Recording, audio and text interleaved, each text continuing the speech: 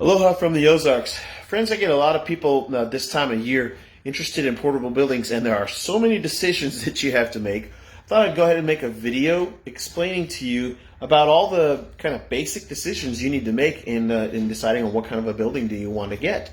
So what's the best building to fit your needs? So I'm going to turn the camera around, show you a little bit out of a brochure that we have, and then I'm going to go out and walk through those buildings to explain to you the differences, okay? Just a second. All right, so here's my standard brochure. If you come to my lot and I'm not here, I've got a little thing that says free, take these. So there it is, my standard brochure. Let me show you. Decision number one that you need to make is, do I want a lofted building or do I want a non-lofted building? So lofted buildings will have this barn style roof. Okay, a non-lofted building will have this A-frame style of roof. Okay, I want you to see those. So here's non-lofted, lofted, lofted. And that one's not lofted. It's called a barn. It's the only one that's got the barn style roof, but it's not actually lofted. It's really, really short. So here's an A-frame style roof in what we call a cabin. Okay. And then here's an A-frame style roof in what we call a corner porch cabin. So lofted or non-lofted, first important decision that you need to make. Lofted buildings, the walls are about 6 feet tall, just a little bit above 6 feet. In a non-lofted building, like this one or this one, you have walls that are 93.5 inches tall. So non-lofted, taller walls, but no loft. Lofted buildings, shorter walls, but you've got a loft. In many of the bigger buildings, you'll have a loft on the front and in the back. So that's decision number one that you need to make. Do I want a lofted building or do I want a non-lofted building? Decision number two that you need to make is, do I want a porch or not? Because if you don't want a porch, that makes it really, really simple. There's just a handful of buildings. And then if you do want a porch, well, we have a lot of different styles. So let me show you. So this one's called a wraparound porch. I've got one out there in my lot. I'm going to walk you through one. This one is called a corner porch, and I've got one out there just like this one I can show you. This is also called a corner porch, but this one's not lofted. But notice the porch is just right here on the corner. Same thing over here, okay? This one is called a cabin, where the porch is just on the front end of the building, okay? And then that's a lofted cabin. And then let's see here, where's my other standard? Oh yeah, so here's a cabin that's not lofted. All right, so lofted cabin, not lofted. So porch is the next big decision you need to make. And here's the one. It's very, very popular. People love it. Their eyes are drawn to it. This side porch cabin. It's this huge porch runs the entire side of the building. But I want you to keep in mind with a porch, and that's like about a 4-foot porch, you're going to lose a lot of interior width and square footage for that porch. You're sacrificing interior square footage for porch square footage. So something to keep in mind. And then on a non-porch building, we just have a few styles. We have what's called a garden shed or a utility shed, and we make huge buildings. I have a couple out here I'm going to show you on my lot. They don't have to look like this little tiny garden shed.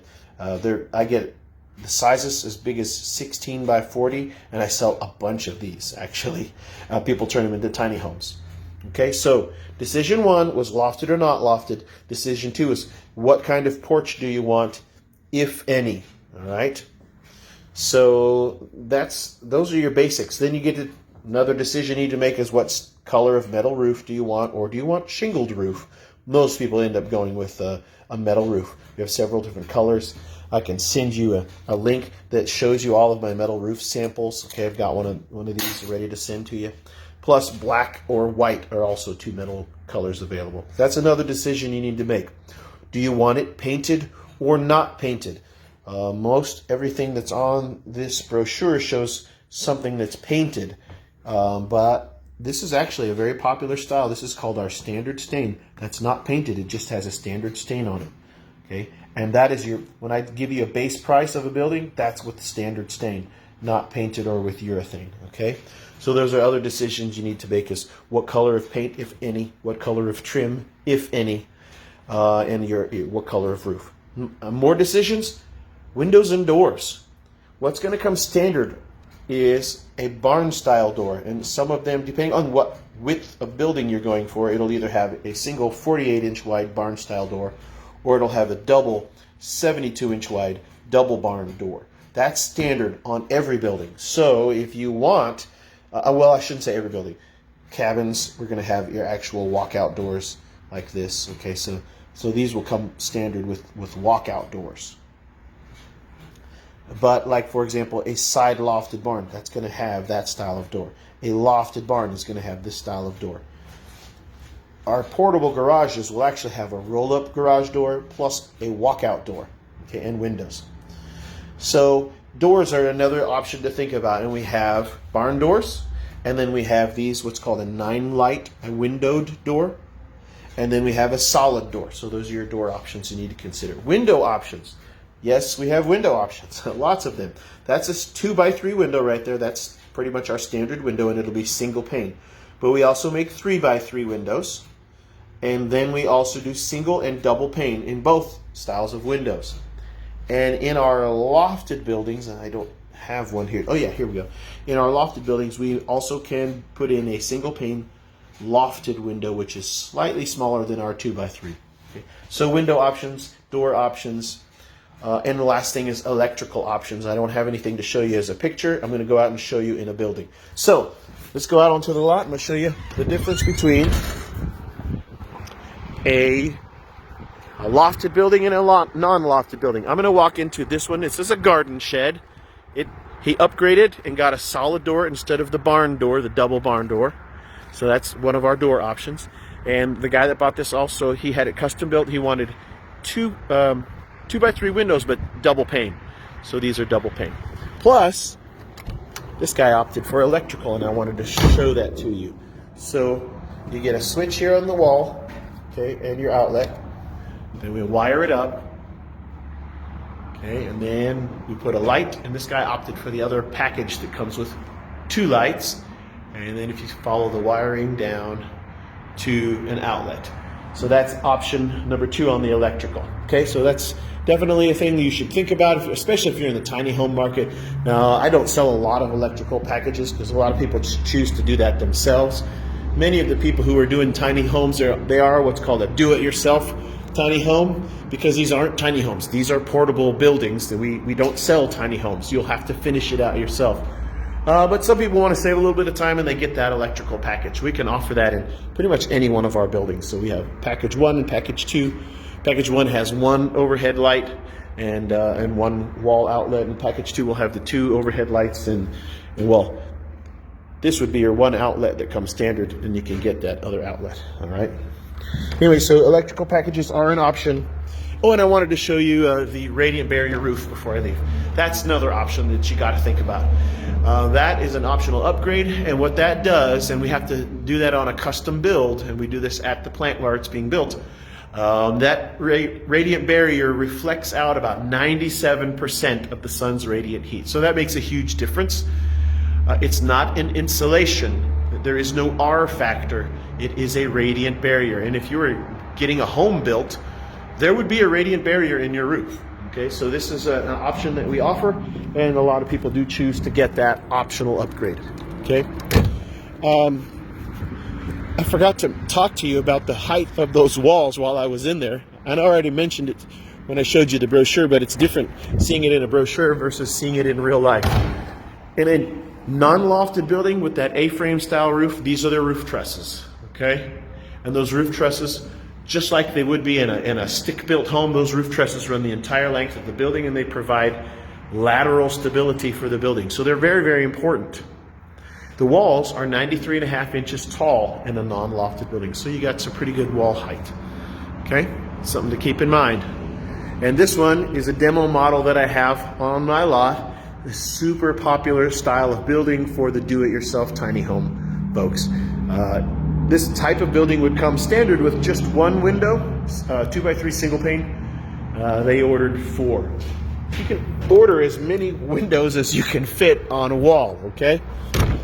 And that's the 9-light walkout door. That's an optional upgrade on that particular building. Let's walk through a lofted building and show you something else.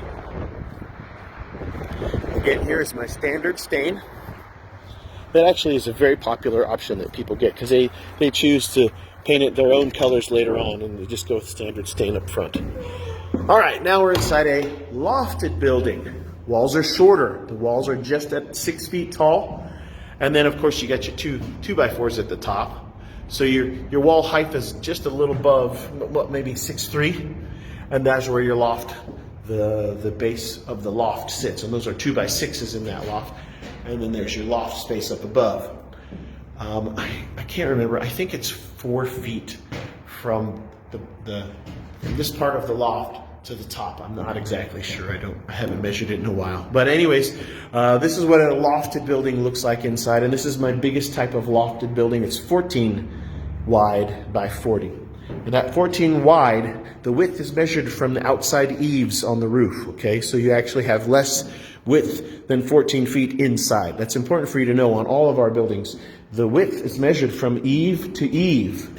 So your interior measurement won't be exactly whatever that exterior measurement is. All right, so lofted buildings. Oh yeah, I was going to point out the difference. Lateral stability inside of a lofted building is provided by the loft because our roof trusses are different in here. You don't have the roof truss that has that cross member beam that keeps going across all along. We do have one up here, depending on how big and wide the building is. But the loft itself is your lateral stability. So it's super important for a lofted building. The loft actually provides that lateral stability. All right? Then the last thing, I already talked to you about it. Well, there's several things. I shouldn't say it's the last thing, but I talked to you about porches or no porches. So far I walked you through some buildings that had no porches. But here's a very popular style of building. People love to look at this building. It's a wraparound porch. Just keep in mind that everywhere you have porch space, you are sacrificing interior square footage for exterior porch square footage. But this is a wraparound cabin. It's very, very popular. It's a huge porch. So the biggest porch that we have. This is what's called a side porch cabin, and this one's not lofted, not a non-lofted building. But again, it's a 4-foot porch, and you're sacrificing interior square footage for exterior square footage. One last porch option that I have on my lot. I don't have a cabin to show you. They just delivered it a couple of days ago. Otherwise, I would have shown you a cabin porch. But here's what we call a corner porch. The porch is just on the corner of the building. It doesn't run the entire length of the building. And we offer that in a lofted or a non-lofted building. All right? Those are a lot of things to think about. Decisions that you need to make before purchasing a portable building. And I can help you with all those decisions, but I thought I'd make a video to show you. It's a lot easier to make those decisions once you've seen one, either on my lot or at least on a video that I've walked through. So there you go. If you have any questions, you can text me, you can message me on Facebook, or you can give me a call. Of course, if you call, I'm liable to already be on the phone or with a client in my office. So I always encourage you to text me or message me. Aloha from the Ozarks.